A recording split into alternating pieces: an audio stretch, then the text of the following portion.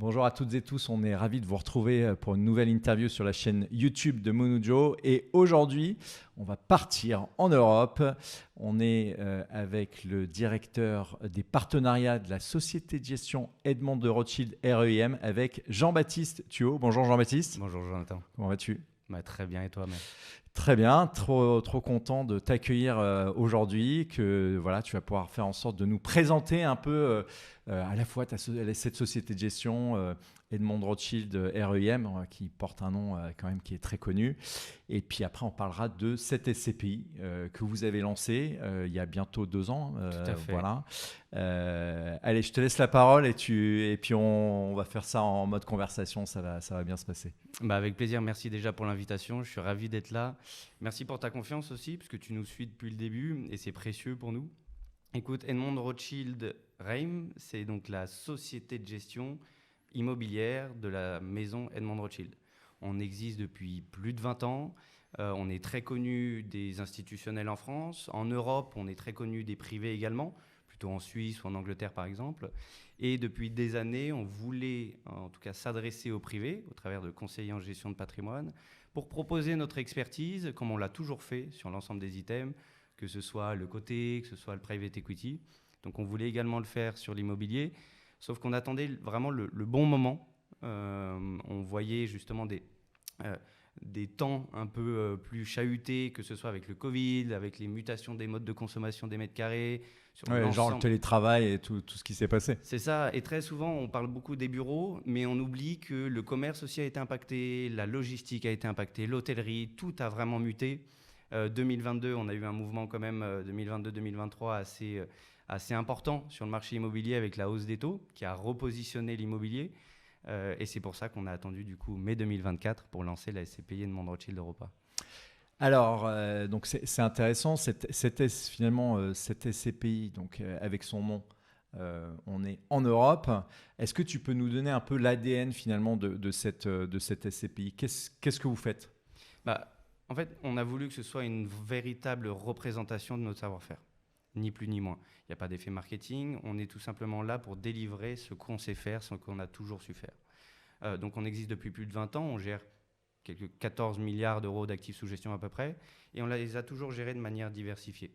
Donc la SCPI en elle-même sera diversifiée sur les secteurs d'activité, donc que ce soit locaux d'activité, logistique, hôtellerie, commerce, etc. Et elle sera diversifiée aussi géographiquement parlant. Mais un point qui est important et auquel nous tenons beaucoup, c'est que nous avons fait toujours le choix de n'investir que là où nous sommes présents localement.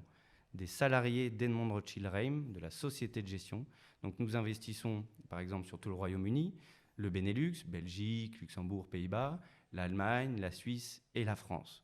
Donc oui, on investit de manière européenne, mais exclusivement là où nous sommes présents localement. Et on a même poussé le curseur un peu plus loin, c'est qu'on a fait le choix assez fort d'intégrer tous les métiers de l'immobilier au sein de la société de gestion dans l'ensemble des pays sur lesquels nous opérons. Ça, c'est pourquoi ? Parce que c'est important là qu'on clarifie. Pourquoi c'est important finalement pour j'allais dire un gérant immobilier d'avoir un peu une maîtrise sur toute la chaîne ? Pourquoi ? Pour que nos auditeurs comprennent pourquoi c'est finalement quand on est une société de gestion et qu'on a toute cette brique-là, finalement, qu'est-ce que ça apporte ? L'immobilier, ça se sent sur place. Chaque marché est complètement différent. On n'a pas la même culture de manière générale, on n'a pas les mêmes process, les mêmes réglementations. Et l'immobilier, c'est certes un point d'entrée qui est essentiel pour créer de la performance à l'achat. Donc là, il est essentiel d'avoir des équipes de sourcing, d'acquisition, qui vont avoir un réseau d'apporteurs d'affaires bien installé. Mais l'immobilier, c'est aussi un temps long.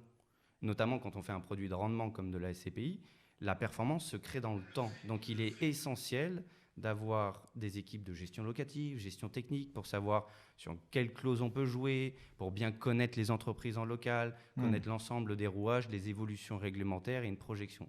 On a un dicton chez nous qui dit « Lorsque vous avez un actif suisse qui arrive sur votre bureau, par exemple à Paris, c'est qu'aucun Suisse n'en voulait. » L'idée, c'est d'aller chercher les meilleures opportunités avant qu'elles ne traversent les frontières. Ouais, donc quelque part, il faut être local. C'est essentiel pour l'immobilier. Et c'est vrai que tous les gérants de SCPI ne le sont pas, et c'est important de le rappeler.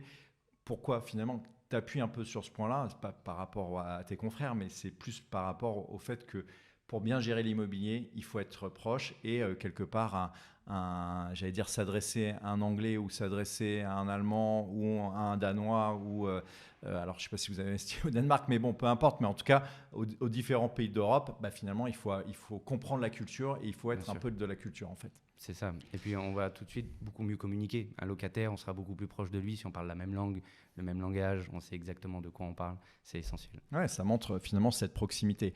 Et je trouve que c'est important de rappeler à quel point derrière, ce produit qui est assez magnifique, la SCPI, où on a du rendement, où on a de la régularité potentielle, bien évidemment, c'est toujours important de rajouter les petits termes qui vont bien.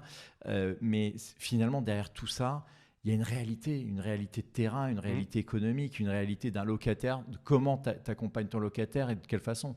Donc, ouais, mais je pense que c'est important de le dire. Oui, et puis quand on s'appelle Edmond Rothschild, on a une certaine exigence. On attend beaucoup de nous. Ça fait 250 ans qu'on cultive cette image d'excellence, de performance. On est vraiment vu comme un acteur haut de gamme. Et donc, il était nécessaire d'internaliser justement tous ces métiers au sein de la société de gestion pour s'assurer de la qualité de service qu'on allait pouvoir délivrer.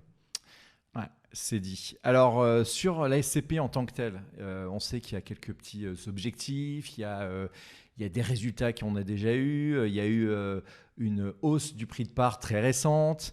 Voilà. Qu'est-ce que tu as envie finalement de donner un peu comme indicateur à chiffrer, là, ce qu'on pourrait dire en anglais les KPIs? C'est quoi les indicateurs que tu as envie de partager? Finalement, alors la SCPI, bien sûr, il faut regarder l'ensemble des indicateurs. On ne peut pas juste se concentrer sur la performance, évidemment. Et ça, vous le faites très bien chez Monoujo. En termes de performance, en tout cas, ce qu'il est intéressant de regarder, c'est l'objectif qu'on s'est fixé à la base, ce qui a été réalisé et où on souhaite aller. Lorsqu'on a lancé la SCPI Edmond Rothschild Europa en mai 2024, on s'est fixé un objectif assez ambitieux. Quand on regarde, attention, les 40 dernières années, on s'est fixé un objectif ambitieux qui est de verser sur la durée recommandée de 10 ans un taux de distribution brut de fiscalité étrangère donc de 6%. On le rappelle, c'est un objectif qui n'est pas garanti, mais c'est un objectif que vous souhaitez atteindre. C'est ça. Donc dans le temps, on souhaite se stabiliser sur un taux de distribution de 6%. Et on souhaite également proposer donc sur 10 ans un TRI, taux de rendement interne, de 6%. Le TRI, c'est quoi? C'est tout simplement l'ensemble de la performance moins les frais payés par le client. Donc on est sur une performance nette pour le client sur 10 ans de 6%. D'accord. Net, mais brut de fiscalité tu fais bien de le préciser. De l'associé. Et donc du coup, quand on regarde ce taux de rendement interne, ça c'est important, c'est une notion...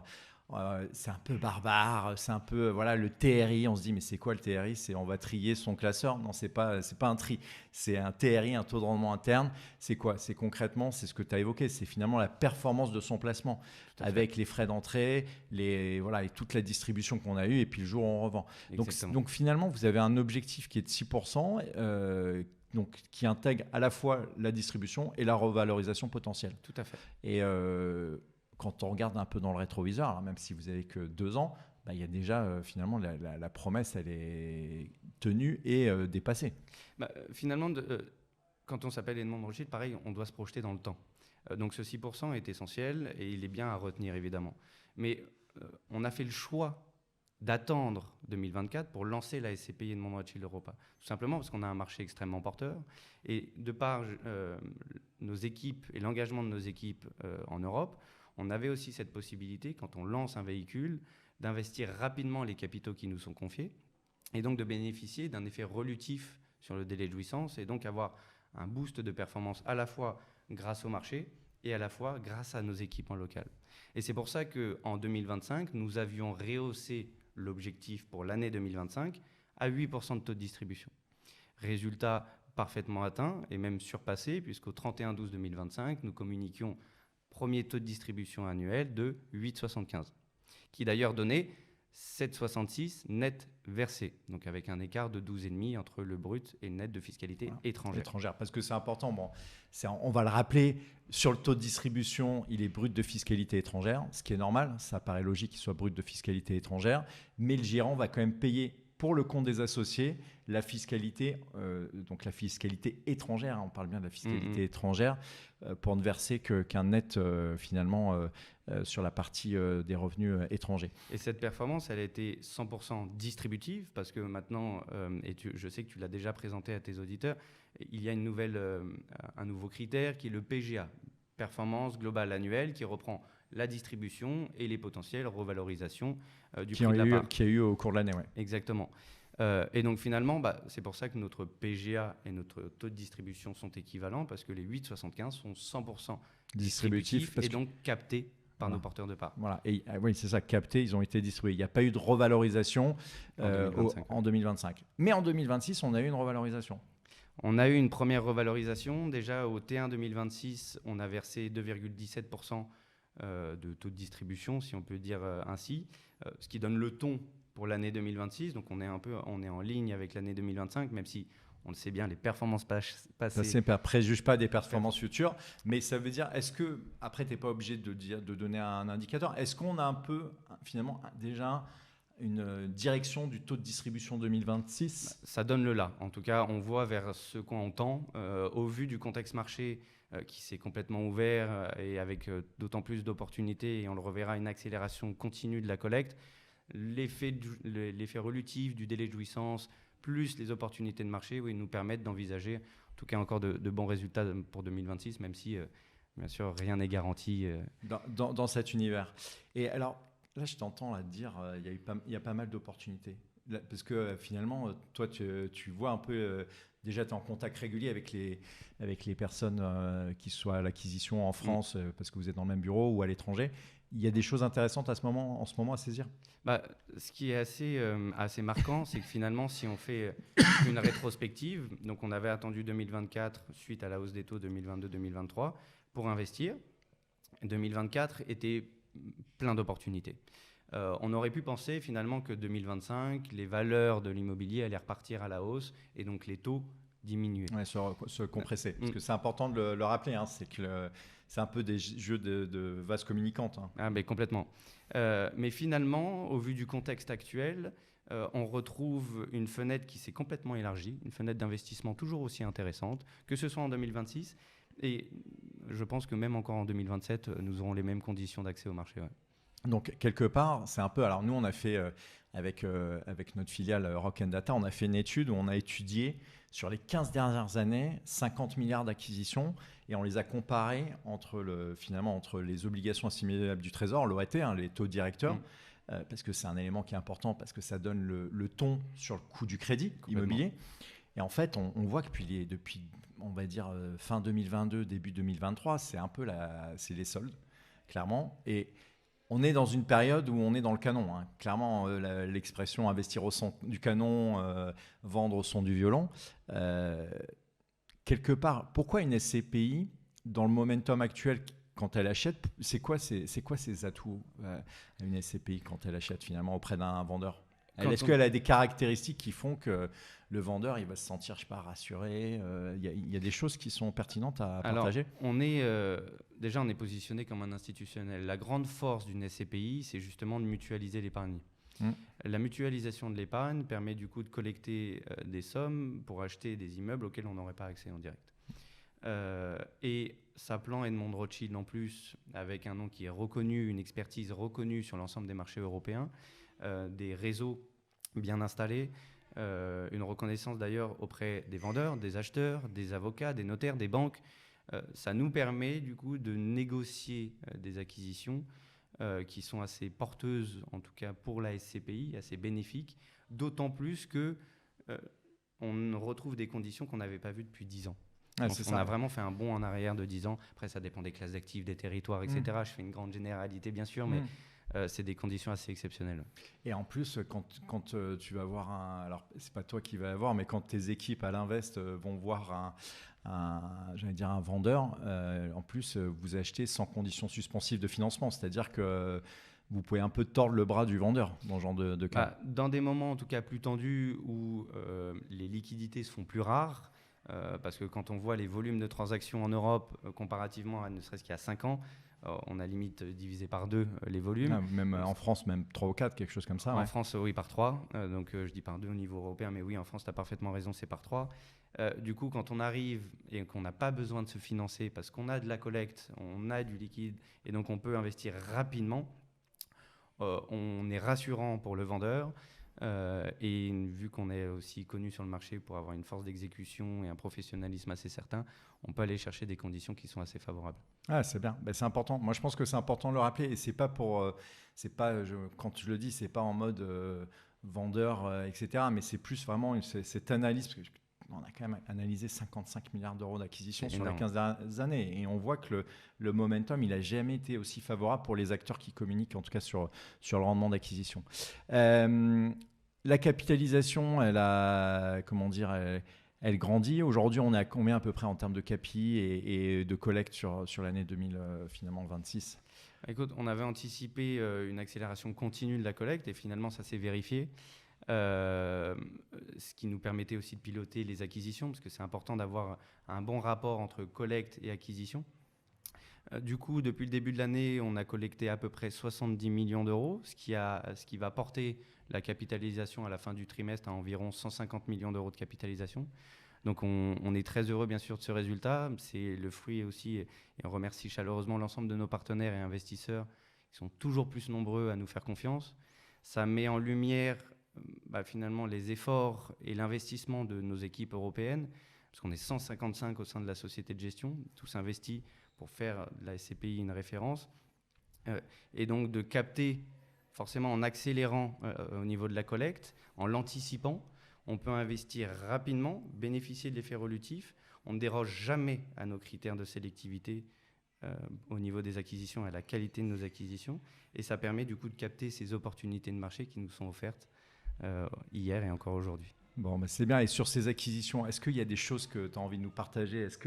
Parce que le début de l'année, vous avez déjà investi, je regarde sur nos chiffres, presque 63 millions d'euros sur 9 actifs immobiliers. On a vraiment différents pays dans lesquels vous avez investi, l'Allemagne, la France, les Pays-Bas, le UK, en activité, logistique, hôtellerie, bureau. Voilà, j'allais dire, ça se diversifie de partout, dans tous les sens en fait.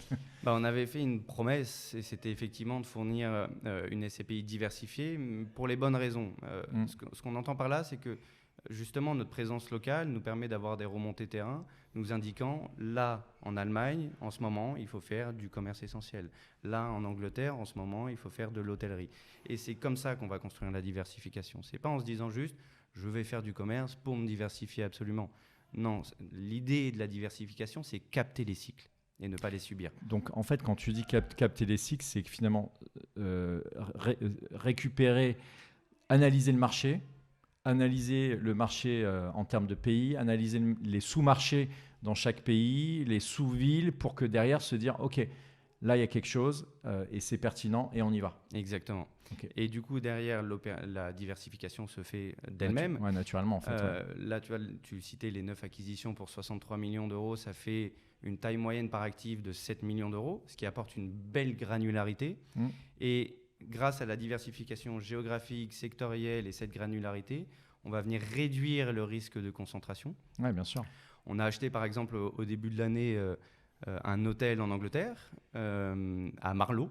Marlow, c'est une ville juste à côté de Londres, extrêmement bien située, puisqu'on est sur un des axes autoroutiers les plus recherchés, les plus empruntés du Royaume-Uni. On est sur un actif qui a été livré en 2024, qui est loué à Travelodge, un des leaders de l'hôtellerie, notamment type budget hotel, d'où l'emplacement qui est... Budget hotel, c'est plutôt des hôtels qui sont accessibles. C'est ça. Donc il y a moins de variations finalement aux tendances économiques. Exactement. Il bénéficie justement des flux, d'où l'importance d'être proche de Londres, d'être proche d'un axe autoroutier emprunté, parce qu'il va avoir un flux constant, il sera moins impacté par les différents cycles. Et preuve en est, Travelodge, donc un des leaders sur l'hôtellerie en Angleterre, a signé un bail de 28 ans sur cet actif. Il est vraiment complètement... Quel taux de rendement ? Un taux acte en main compris entre 7 et 7,50. Donc, 28 fois, si on fait 28 fois 7, ça fait quand même... ça veut dire que l'actif, il est payé presque 2 fois pendant toute la période... Même si, bien sûr, rien n'est garanti dans le temps, mais oui. Ouais, voilà. Sur les faits, c'est ça. On a acheté aussi, là plus récemment, par exemple, grâce encore une fois à notre implantation locale, un portefeuille de 4 actifs, récents également, extrêmement bien situés. Pour le coup, je pense que d'autres investisseurs néerlandais seraient jaloux, je pense, de ces acquisitions qui ont été négociées en ce qu'on appelle off-market. Donc, c'est un portefeuille qui n'a pas été présenté au marché. Alors ça c'est important, c'est que finalement, vos connexions avec parce que je crois que vous aviez fait aussi un sell and leaseback on en fait beaucoup, l'année dernière, c'est qu'en fait, finalement, vous avez des bonnes connexions avec différents acteurs de l'immobilier.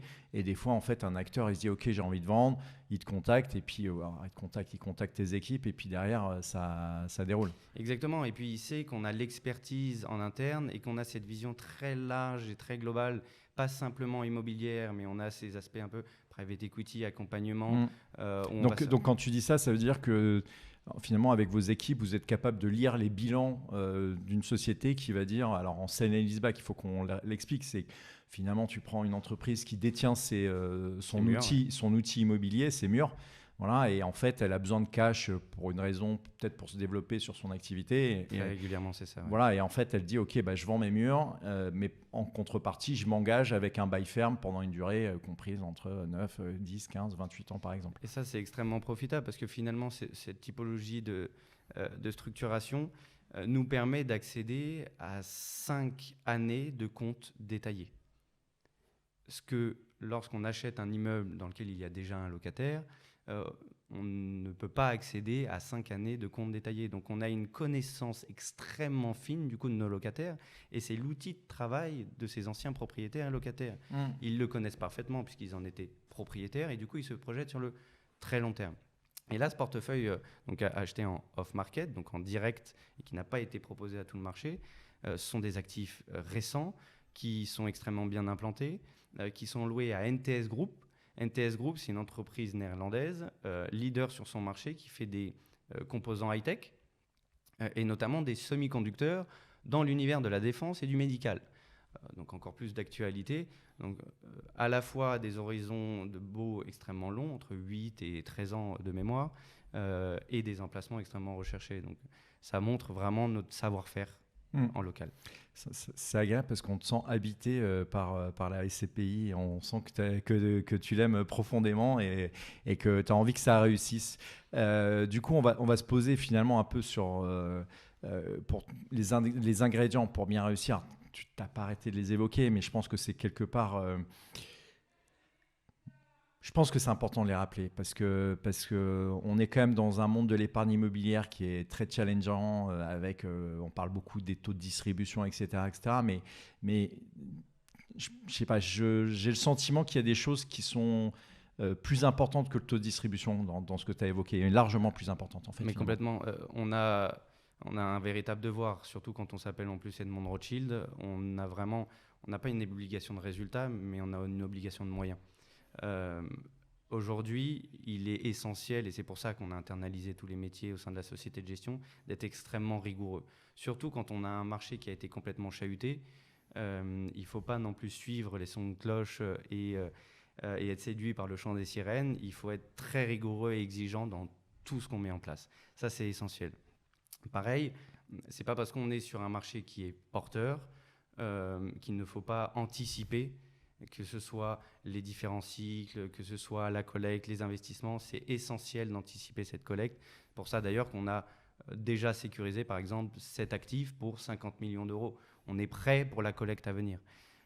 Ça moi je me souviens d'un patron d'une société de gestion qui est parti à la retraite, mais qui en fait quand tu rentrais dans son bureau, il y avait les investissements, il y avait son tableau avec tous les investissements potentiels, et en fait ce qui dictait la conduite de sa SCPI, c'était les investissements. Et s'il y avait des investissements, il poussait ses équipes commerciales à aller collecter de l'argent. Si par contre il n'y avait pas d'investissement, ils étaient en mode, on met le frein.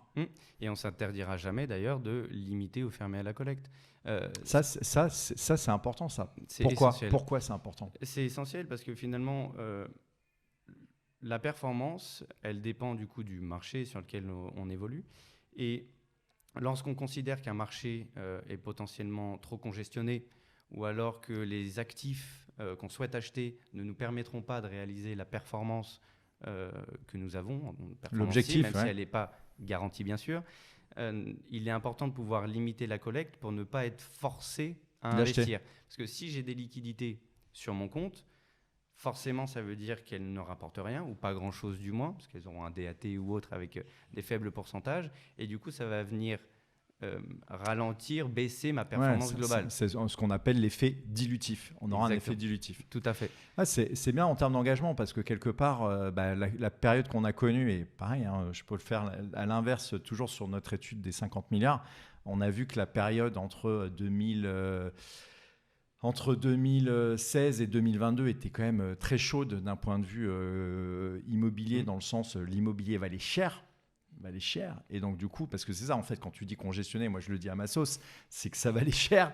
Et en fait, c'est une période où il fallait encadrer la collecte. Complètement. Mais c'est vrai que les épargnants ont parfois du mal à se dire « Ah ok, mais pourquoi je ne peux pas acheter cette SCPI ?» Parce qu'en fait, le gérant, il n'a pas envie de faire n'importe quoi avec votre argent. Donc en gros, la traduction, c'est ce que tu viens de nous dire, c'est voilà. C'est bien résumé. Voilà, on se doit de faire quelque chose de correct avec votre argent parce qu'il y a un engagement, c'est l'épargne, c'est votre épargne retraite, etc., etc. Et quand tu parles d'engagement, justement, c'est essentiel de voir justement toutes nos équipes, parce que comme je le disais, on est 155 collaborateurs répartis sur 8 pays. On ne s'arrête jamais d'entreprendre parce que quand on s'appelle Edmond Rothschild, on doit du coup être à la hauteur. On a un ADN fort de l'entrepreneurial, donc on cherche constamment à s'améliorer et à anticiper les cycles, aller les capter. C'est pour ça qu'on a ouvert là il y a quelques mois au sein de la société de gestion de nouveaux bureaux sur la péninsule ibérique, ce qui pourra bénéficier à la SCPI. Et l'engagement de nos équipes et leur présence locale nous permet d'avoir une maîtrise fine des marchés immobiliers et appartenir à une maison historique européenne, fondamentalement et née de l'Europe, nous permet aussi d'avoir une vision un peu plus large, pas seulement immobilière, parce qu'on peut s'appuyer justement sur nos équipes de côté qui vont nous aider à avoir une appréciation d'une économie, d'une évolution de taux sur tel ou tel territoire. Nos équipes de private equity pourraient nous aider à soulever le capot et lire un secteur d'activité donné dans un pays donné ou une entreprise donnée. Derrière, on va avoir des équipes d'ingénierie pour des typologies. C'est très important d'avoir cette vision un peu plus de prise de hauteur grâce à une maison d'histoire. Je ne vais pas me paraphraser, mais finalement, dans la dynamique, l'immobilier d'entreprise, il y a des entreprises qui sont locataires. Donc forcément, il faut comprendre le marché de ces entreprises. Il faut comprendre l'économie de ces entreprises. Et c'est sûr que c'est important de le rappeler parce que en France, on aime bien se dire l'immobilier, c'est garanti. Déjà, ce n'est pas garanti. Ça comporte ses risques comme n'importe quelle classe d'actifs. Alors, la classe d'actifs qui est principalement connue par les Français en immobilier, c'est le logement. Mais demain, si les locataires, il y a une crise monumentale, ils ne pourront plus payer le loyer. Voilà. Pour l'immobilier d'entreprise, il faut aussi comprendre finalement ses tenants et aboutissants. Peut-être un dernier point avant qu'on termine. Votre SCPI, elle est accessible de quelle façon? Comment on peut investir sur la SCPI Edmond Rothschild Europa? Edmond Rothschild Europa, donc ça reste une SCPI. L'idée, c'est qu'elle soit justement parfaitement accessible. Elle est accessible à partir de 25 parts. C'est 202 € désormais le prix de la part suite à l'augmentation au 1er juin dernier. On est heureux d'avoir pu rendre de la valeur justement aux associés, à nos porteurs de parts. Elle est accessible en démembrement, à crédit, bien sûr au travers des outils que vous avez l'habitude d'emprunter. Elle est accessible en épargne programmée, ce qui se démocratise de plus en plus, que ce soit les réinvestissements de dividendes, les versements programmés, finalement assez malléable et peut s'adapter du coup dans une allocation globale. C'est important d'avoir cette vision-là. Ouais, de plusieurs SCPI. J'ai mon portefeuille de SCPI. C'est essentiel. Ça va, t'es fair play. Ça veut dire que tu dis, allez, vous pouvez souscrire pas que chez Edmond Rothschild Europa, mais aussi dans d'autres maisons. C'est essentiel. On a toujours un biais de gestion. On a beau être extrêmement exigeant dans tout ce qu'on fait, on a forcément un biais de gestion. C'est essentiel de se diversifier sur les véhicules, sur les typologies d'investissement, sur les sociétés de gestion en tant que telles. Nous, l'avantage, donc, c'est cette vision globale, cette maîtrise fine. C'est ce qu'on appelle l'expertise locale à portée globale et toujours orientée satisfaction client. C'est vraiment le nerf de la guerre. On veut faire de la SCPI Edmond Rothschild Europa un véhicule pérenne sur le long terme, comme par exemple justement la durée résiduelle moyenne des baux, par exemple, c'est 14 ans sur notre SCPI. On a vraiment cette vision très long terme et solide, c'est vraiment ce qui nous intéresse. Bon, je pense que c'est le mot de la fin. On voit que, en tout cas, il y a des convictions, il y a une volonté de bien faire, de faire de façon pas à pas. Vous avez déjà franchi les premières étapes. J'ai l'impression qu'il va y avoir d'autres étapes. Tu viendras nous en parler. Avec grand plaisir. Voilà. Et puis, on te salue. Merci beaucoup, Jean-Baptiste. Merci pour l'invitation, Jonathan. Voilà. Et n'hésitez pas à retrouver toutes les informations sur la SCPI Edmond Rothschild Europa sur Monujo. On sera ravis, bien évidemment, de vous informer, de vous accompagner. Vous pouvez, si vous détenez déjà cette SCPI, vous pouvez l'intégrer sur Monujo gratuitement pour suivre dans la poche sur l'application iPhone, Android, votre portefeuille de SCPI, tout ça gratuitement. Pourquoi ? Parce qu'on a envie que vous sachiez à quoi sert votre épargne. La SCPI, c'est de l'épargne circulaire, c'est de l'épargne transparente et nous, on est convaincus que c'est ce qui pourra faire aller l'économie de l'avant. On vous dit à très vite. Ciao. Ciao.